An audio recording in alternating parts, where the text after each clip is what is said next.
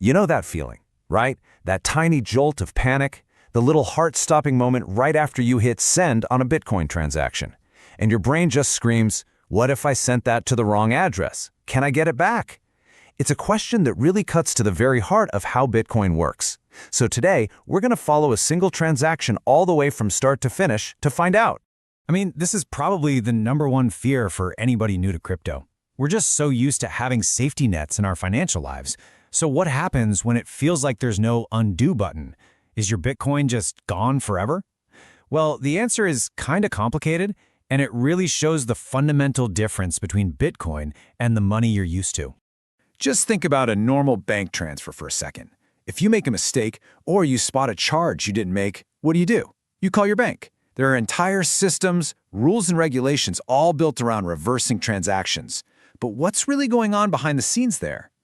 Look at this whole chain of command. Your bank talks to a network operator who then talks to the other person's bank. It's this multi-step process with actual human intermediaries who have the power to just pull the funds back.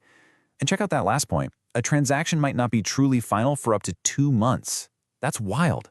All of this is only possible because the entire system is built on these layers of trust and oversight. Right, so Bitcoin was basically designed to get rid of all those intermediaries. It creates a system where transactions are designed to move in one direction, a lot like handing someone physical cash. Once it leaves your hand, it's theirs. So to really understand if a transaction can be reversed, we have to follow its journey from the exact moment you hit send. So let's start with the very first phase of this journey, which I like to call the Bitcoin waiting room. This is where every single transaction begins its life. See, your wallet doesn't send your Bitcoin directly to the other person. Instead, it bundles up all the transaction details, signs it with your private key, which proves it's really you, and then it just shouts it out to the entire Bitcoin network. This broadcast gets passed from one computer or node to another, spreading all over the world in just seconds. So where do all these transactions that are being shouted out go? They all land in something called the mempool. It's short for memory pool, and it's pretty much what it sounds like, a temporary holding area inside each of these nodes. It's this chaotic, bustling, digital waiting room just packed with every valid transaction, all waiting for their turn. But hold on, before your transaction can even get into this waiting room, it has to get past a bouncer at the door. Every single node that hears your transaction instantly runs a few checks. Is the digital signature legit? Do you actually have the Bitcoin you're trying to spend? If it fails any of these tests, bam, it's rejected on the spot. It doesn't even make it into the mempool. This is like Bitcoin's first line of defense against fraud. Okay, so your transaction is valid. It made it through the door, and now it's in the mempool. What now? Well, now it competes. Miners, the folks who build the official record, they look into this crowded waiting room and pick which transactions to process next. And how do they choose? Mostly, it comes down to the fee you attach to it. It's like a competitive marketplace. A higher fee is like a VIP pass that gets you to the front of the line. And this brings us to the next, and honestly, the most crucial part of the journey, getting out of that temporary waiting room and into the permanent record book.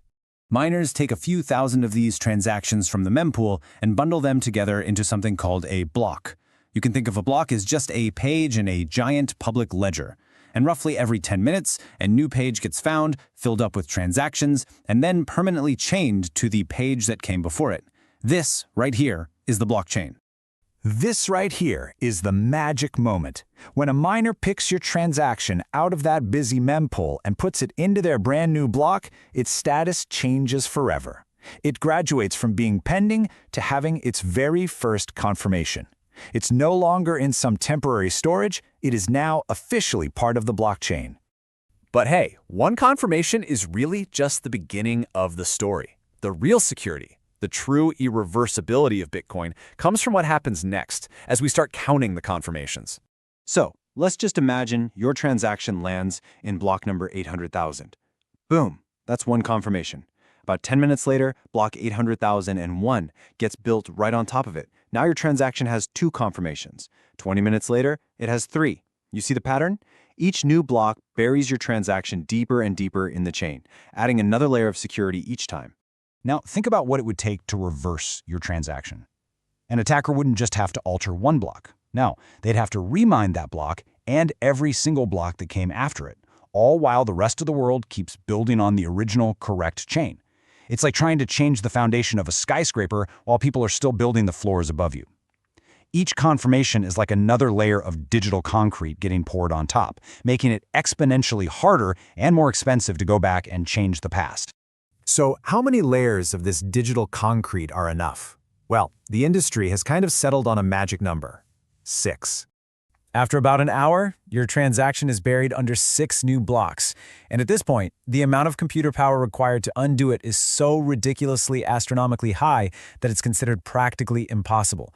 This is the moment of what we call probabilistic finality. It's the point where the entire network accepts the transaction as permanent. So let's just put a fine point on it and define this threshold, what we call Bitcoin's point of no return. Okay, so while your transaction is still just floating around in the mempool, unconfirmed, there is a tiny, tiny window of flexibility. Some wallets have a feature called Replace by Fee. This lets you broadcast the same transaction again, but this time with a higher fee, which helps you outbid your first attempt and get a miner's attention faster. But the second it gets that first confirmation, the instant it's included in a block, that window slams shut for good. It is now part of the permanent, unchangeable record. So here's the crucial point. Finality isn't some feature you just turn on or off. It's a property that just emerges from the way the network is designed. This quote here says it perfectly. You can think of it as the point of no return. And that brings us to the final, and I think most important idea here. This whole thing isn't an accident. Bitcoin's irreversibility is a core part of its design, on purpose. Let's just look at this side by side. It makes it really clear. Traditional banking, you get reversibility that can last for months, but it needs a whole bunch of intermediaries and settlement can take days. Bitcoin, on the other hand, gives you final settlement in about an hour, with 0 intermediaries, but the trade-off is no reversibility. They're just two fundamentally different ways of thinking about moving value. And really, that's the key takeaway. Bitcoin's design deliberately trades that safety net of reversals for something else: the absolute certainty of cash. Once a transaction has those 6 confirmations, the person who received the funds knows with mathematical certainty that the money is theirs and it cannot be taken back. This is an incredibly powerful feature for anyone who needs to know for sure that a payment is final. So let's circle all the way back to that initial fear, right? The fact that you can't reverse a transaction, it feels like a bug, doesn't it? A serious flaw. But when you understand the architecture of certainty that it creates, you start to see it in a whole new light. That bug is the very thing that makes a global, permissionless, peer-to-peer financial system even possible. So I'll leave you with this to think about. Is it a bug, or is it Bitcoin's single greatest feature?